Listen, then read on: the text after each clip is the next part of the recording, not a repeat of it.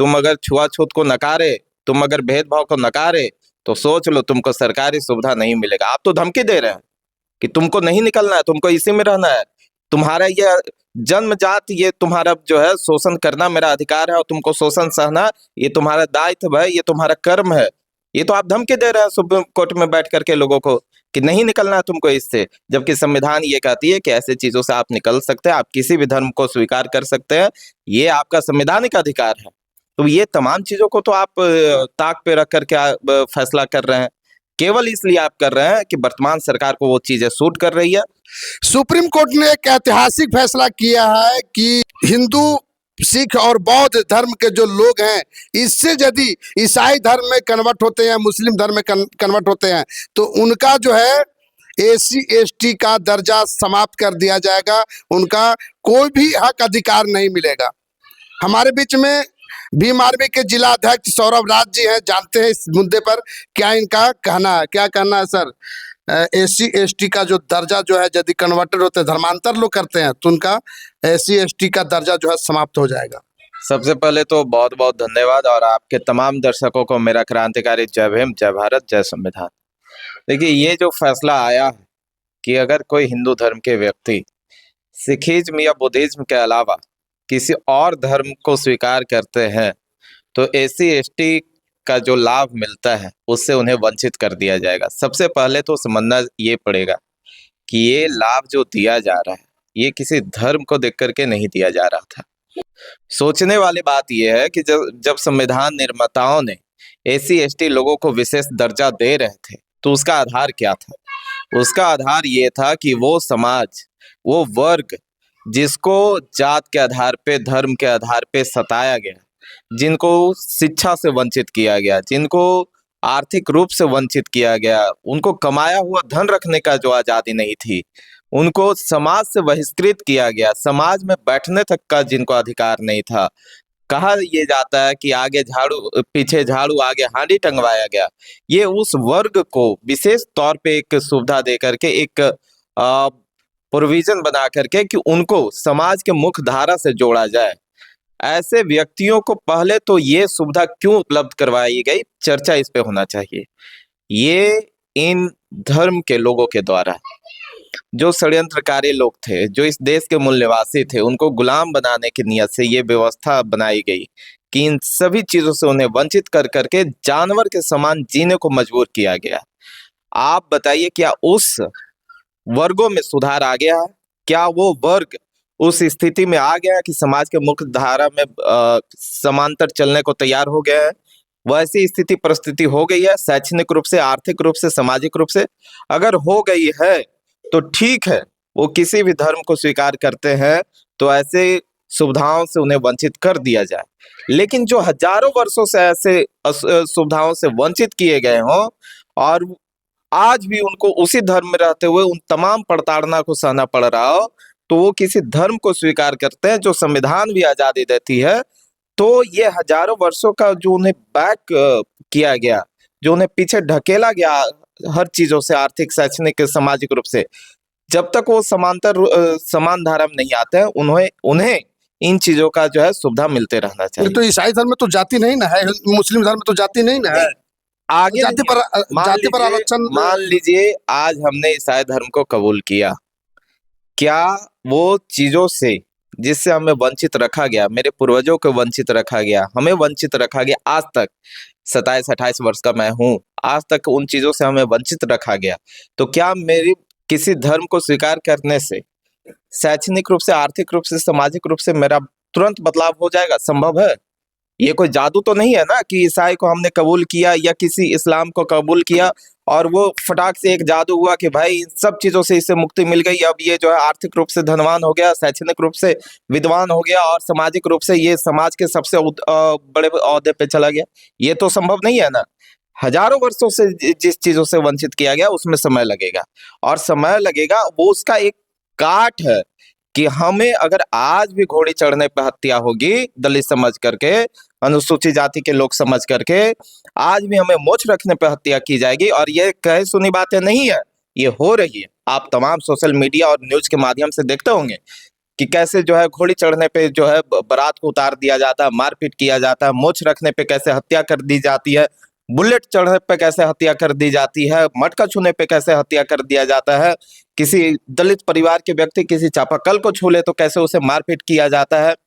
ये तमाम चीज आज भी घटित हो रही है ना, ये तो सच है। अब हिंदू धर्म में क्यों नहीं रहना चाहते? देखिए क्यों नहीं रहना चाहते, ये तो भाई हम स्पष्ट तौर पे ये उन्हीं के लोग बताते हैं कि क्यों नहीं रहना चाहिए। हमें हर समय जो प्रताड़ित किया जाता है उस समाज को, उस वर्ग को, जो रहना आज भी स्वीकार कर रहे हैं, नहीं तो नहीं रहने वाले, जो अम्बेडकरवादी है, जो बाबा साहब के फॉलोअर्स है, पेरियार भगत सिंह को मानने वाले लोग हैं, जो जगदेव प्रसाद बाबू को मानने वाले लोग हैं, लला सिंह यादव को मानने वाले लोग हैं, वी रामास्वामी पेरियार को मानने वाले लोग हैं, वो तो कब को छोड़ करके चले जाते। बाबा साहब के साथ जो है लाखों संख्या के लोगों ने जो है बौद्ध धर्म को स्वीकार किया, और आज तो पूरा व्यवस्था में रहा, आज भी लोग बौद्ध धर्म को अपना लेते। लेकिन आज भी जो हिंदू धर्म में जी रहे हैं उनको आप कम से कम समान धारा में लाना नहीं चाह रहे हैं, उल्टा उनको प्रताड़ित कर रहे हैं, तो वो तो कहीं ना कहीं उससे बाहर निकलेंगे ना, निकलने का प्रयास करेंगे, क्योंकि आप निकाल नहीं रहे हैं, आप अपने अंदर में सुधार ला नहीं रहे हैं। आज भी आपकी मनुस्मृति जिंदाबाद का आप नारा लगाते हैं, आज भी आप कहते हैं कि ये देश जो है मनुस्मृति से चलेगी, मनुवाद का नारा लगाते हैं। तो ये व्यवस्था, ये समांतवादी सोच आपके अंदर में रहेगा, तो वो लोग जो उससे प्रताड़ित हो रहे हैं वो तो चाहेंगे कि हम बाहर निकले। और देखिए सुप्रीम कोर्ट के जिन बेंचों ने ये आदेश पारित किया है वो ब्राह्मण है, और इससे ब्राह्मणों का अपमान है। इस आदेश ब्राह्मण का अपमान कैसे? एकदम साफ साफ तौर पे अपमान है, क्योंकि इन्होंने ये कहा है कि हिंदू धर्म के लोग जो छोड़ करके अन्य धर्मों को स्वीकार करेंगे उन पे जो है SC ST का जो प्रावधान है, जो लाभ है, वो नहीं मिलेगा। मतलब आप ये स्वीकार कर रहे हैं और ब्राह्मणों को गाली दे रहे हैं आप कि ब्राह्मणों ने ये व्यवस्था जो बनाया हिंदू धर्म में, इसमें मानव को मानव नहीं समझा जाता है, मानव मानव में भेद है, और मानव एक दूसरे मानव से जानवर के बदतर जो है उसको जीने पे मजबूर करती है इस व्यवस्था में। इसीलिए ये विशेष तौर पे संविधान बनाने वाले लोगों ने, बाबा साहब ने, और तमाम संविधान में उस समय जो लोग थे उनके सोच का ये वजह था कि इनको विशेष प्रावधान दिया गया, क्योंकि इसे जानवर के भांति रखा गया था। तो ये तो आपको कहने का मतलब है कि छुआछूत भेदभाव जो है अभी तक हिंदू समाज में है? एकदम है भाई, और नहीं होता तो चलिए हम लोग तो जमीनी स्तर पे देख रहे हैं, हम बड़े बड़े लोगों की बात बताते हैं आपको। देश का जो प्रथम नागरिक होता है वो यहाँ की प्रेसिडेंट होते हैं, राष्ट्रपति होते हैं। द्रौपदी मुर्मू एक आदिवासी महिला है, हमारे लिए सम्मानित है। लेकिन आपने देखा होगा कि जब यहाँ के राम जन्मभूमि और अयोध्या में मंदिर निर्माण के बाद भी उन्हें जो है वहां पे नहीं बुलाया गया, क्योंकि वो आदिवासी थी, एक महिला थी। तो महिला से भेदभाव, आदिवासी से भेदभाव, दलित से भेदभाव, ये तो है ना उनमें। और लोगों को आप देखिए, अखिलेश यादव, यूपी जो देश के सबसे बड़ा जनसंख्या वाला राज्य है, वह जब अपने आवास को, सरकारी आवास को खाली करवाते हैं तो उसे गौमूत्र और गाय के गोबर से शुद्धिकरण करवाया जाता है। माननीय जीतन राम मांझी जो बिहार के मुख्यमंत्री रह चुके हैं, वो जब मंदिर में जाते हैं तो मंदिर धुलवाया जाता है। और तमाम ऐसे आप देखिए, यूपी में, मध्य प्रदेश में एक घटना है, कई घटनाएं हैं जहां यादव की टिकट नोची गई, जहां यादव समाज के लोगों ने जब प्रवचन देना शुरू किया तो उन्हें महिला के मूत्र से उसका शुद्धिकरण करवाया गया है कि नहीं? ब्राह्मण समाज के लोगों का कहना है कि जो है ये हमारा जो कर्म है वो हमको ऊपर छोड़ दीजिए, बाकी जो आपको कर्म है करते रहिए। ये आपका कर्म जन्मजात, ये आप कैसे इसको आपने कर लिया, और इसको सबसे ऊंचे दर्जे पे कैसे आपने रख लिया? अगर बुद्धि की बात है तो बाबा साहब से ज्यादा विद्वान कौन है? फिर उसे आप पंडितों के श्रेणी में मिला। अगर बुद्धि की बात है तो वर्तमान समय में दलित समाज के एक से एक विद्वान स्कॉलर व्यक्ति है, उनको आप पंडित कहोगे? आप उनके साथ बेटी रोटी का जो है संबंध बनाओगे? नहीं बनाओगे। अगर बनाओगे भी तो उसको एक दर्जा रखोगे कि अपने घर के रोटी थाली लेकर के आओगे और दलित के घर में बैठ करके जो है भोजन करोगे, और सोशल मीडिया और अखबारों में छपवाओगे कि फलना बाबू ने जो है दलित समाज के घर में खाना खाया। ये सब जो है ना सर, यही चुभता है और यही भेदभाव का निशानी है कि आपने एक जगह पे जाकर के खा लिया तो उसको अखबारों में डलवाया कि हम उनके घर में खा लिया। ये सोच ही भेदभाव है। ये सोच जिस दिन नहीं खत्म होगा, आप बुलाइए दलित समाज के लोगों को अपने घर में, अपने आपने जहाँ जिस डाइनिंग टेबल पे 56 प्रकार के भोज लगा के खाते हैं, वहां बैठाइए किसी दलित परिवार, गरीब परिवार के लोगों को, खिलाइए अपने साथ खाना, तब हम जानेंगे कि हाँ ये जो व्यवस्था है इसको आप खत्म कर रहे हैं और ऐसी सुविधा लोगों को नहीं मिलना चाहिए। ये जो है ये केवल प्रोपगेंडा है। यहाँ के जितने भी संस्थाएं हैं ये तमाम वर्तमान जो सरकार चला रहा है आरएसएस उसका अधीन है। वो जैसे चाहेंगे वैसे वो काम करेंगे, वैसे निर्णय लाएंगे, वैसे फैसले लाएंगे। ऐसा ऐसा तो नहीं है कि सुप्रीम कोर्ट जो है वो बाबा साहब के संविधान का जो अवहेलना करे, आर्टिकल 25 से 28 तक का जो लिखा हुआ है बिल्कुल अवहेलना किया जा रहा है। और अगर ऐसा नहीं होता तो आप बताइए कि ये पहले तो इस पे आकलन ही गलत किया गया है कि भाई हम वही तो कह रहे हैं कि क्या एक व्यक्ति जो अभी दलित है, जिसे उसके पूर्वजों से लेकर के वहां तक जो अपना जीवन 50 साल या 25 साल 30 साल जी चुका है, जिस व्यवस्था में वो व्यवस्था से वो निकलने का प्रयास कर रहा है, उस प्रयास में आप ये कह रहे हैं कि अगर तुम इससे निकले, तुम अगर छुआछूत को नकारे, तुम अगर भेदभाव को नकारे, तो सोच लो तुमको सरकारी सुविधा नहीं मिलेगा। आप तो धमकी दे रहे हैं कि तुमको नहीं निकलना है, तुमको इसी में रहना है, तुम्हारा ये जन्मजात ये तुम्हारा जो है शोषण करना मेरा अधिकार है और तुमको शोषण सहना ये तुम्हारा दायित्व है, ये तुम्हारा कर्म है। ये तो आप धमकी दे रहे हैं सुप्रीम कोर्ट में बैठ करके लोगों को कि नहीं निकलना है तुमको इससे, जबकि संविधान ये कहती है कि ऐसे चीजों से आप निकल सकते हैं, आप किसी भी धर्म को स्वीकार कर सकते हैं, ये आपका संवैधानिक अधिकार है।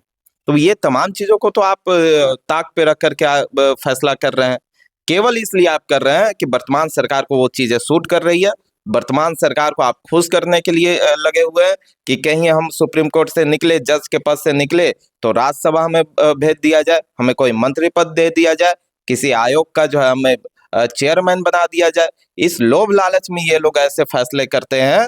और इसके साथ साथ क्योंकि उस समाज से आते हैं, उस वर्ग से आते हैं, तो बैक ऑफ द माइंड एक वो भी थॉट रहता है कि भाई हम अपने पद मिला है, हमको ये जगह मिला है, तो हम अपने समाज के लिए कुछ अच्छे करके जाए, ताकि हमें जो सुविधा मिला है कि हम अपने इस बड़े संख्या के लोगों पे जो शोषण किया है, शासन किया है, आने वाली पीढ़ियां ऐसे ही शोषण और इन पे शासन करता रहे।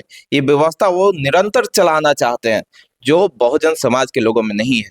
वो अगर ऊंचे पदों पे चले जाते हैं, बड़े पदों पे चले जाते हैं, तो ये लोग उन्हीं की दलाली करना शुरू कर देते हैं, अपने समाज के हित के कार्य करने के बजाय संविधान के जो लाभ मिला है इनको, रिजर्वेशन के जो लाभ मिला है इनको, ये नहीं सोचते हैं कि अगर ये लाभ हमको नहीं मिलता तो मेरे ही समाज के किसी गरीब वंचित शोषित समाज के ही व्यक्ति के ये लाभ मिल रहा था, ये चेयर उनका होता। ये नहीं सोचते हैं। लेकिन जो सत्ता में बैठे हुए लोग हैं वो बेहतर इस बात को जानते हैं कि पीढ़ी दर पीढ़ी अगर इसको हम निरंतर आगे नहीं बढ़ाते रहे तो हमारा जो वर्चस्व है वो खत्म हो जाएगा। और ये शोषण का वर्चस्व है। वर्चस्व आप रखिए, आप सत्ता में बने रहिए, लेकिन शोषण के भाव छोड़ करके बने रहिए। सौरभ जी, एक बात है आप कह रहे हैं कि हिंदू धर्म इसलिए बनाए रखना चाहते हैं कि वो हम पर शोषण करे, हम पर छूत कहे, हम पर छुआछूत कहे, तो ये गलत नहीं हुआ?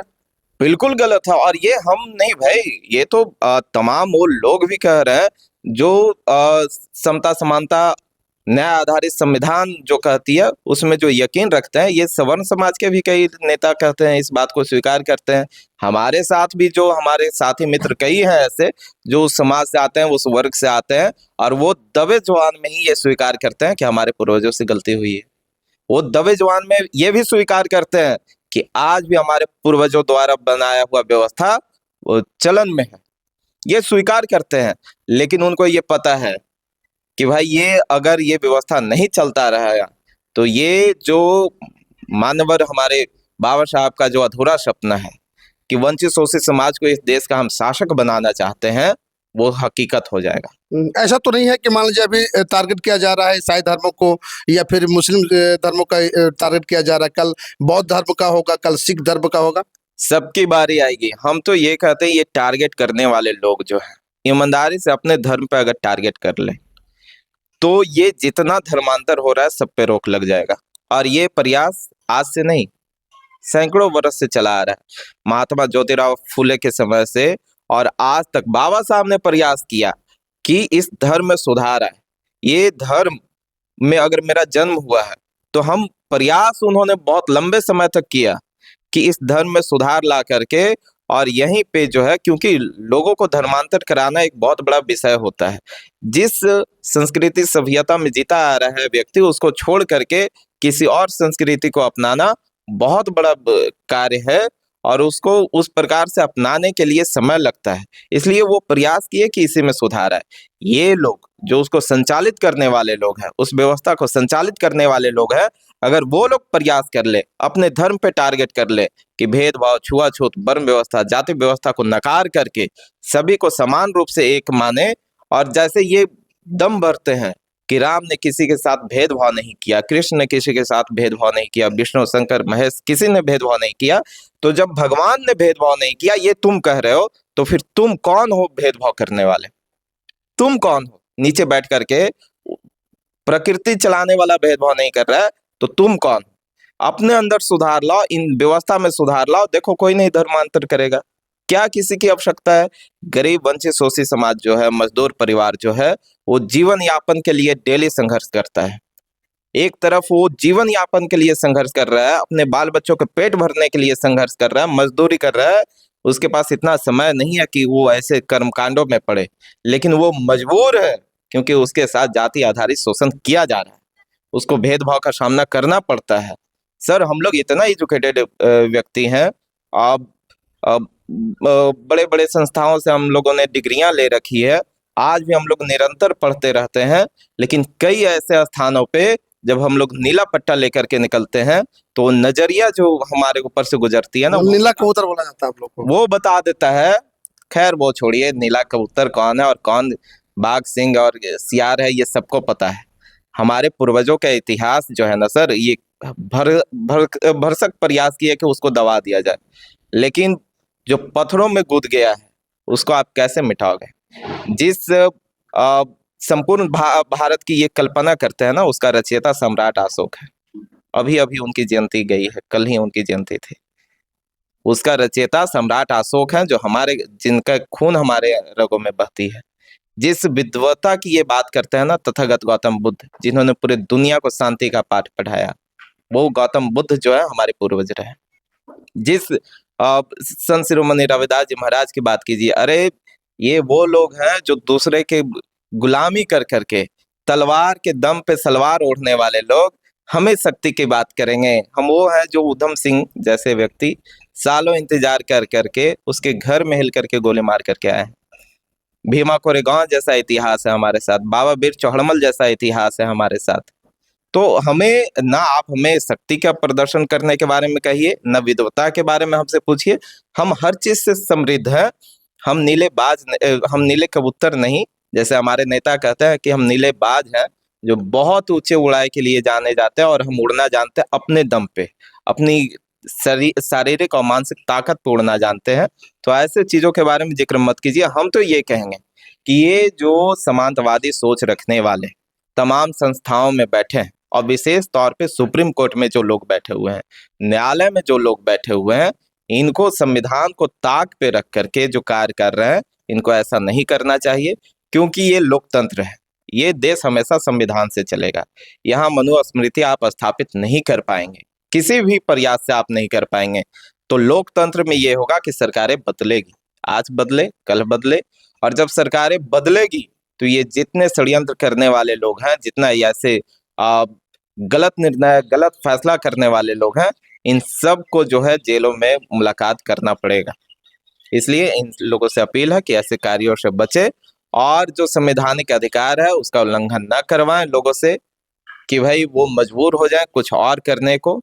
तो ऐसा ना करे, ये अपील रहेगा। ये धर्मांतर कानून गलत है, बिल्कुल गलत है। हम तो एक नहीं अनेकों उदाहरण के साथ आपको बता रहे हैं कि ये गलत है, ये गलत निर्णय है सुप्रीम कोर्ट का, इसे वापस लेना चाहिए।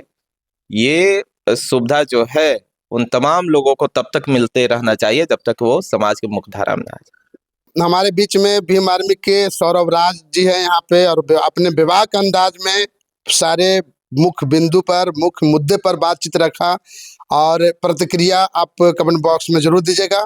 फेसबुक पर देख रहे हैं लाइक कीजिए, कमेंट कीजिए, शेयर कीजिए, यूट्यूब पर देख रहे हैं सब्सक्राइब कीजिए।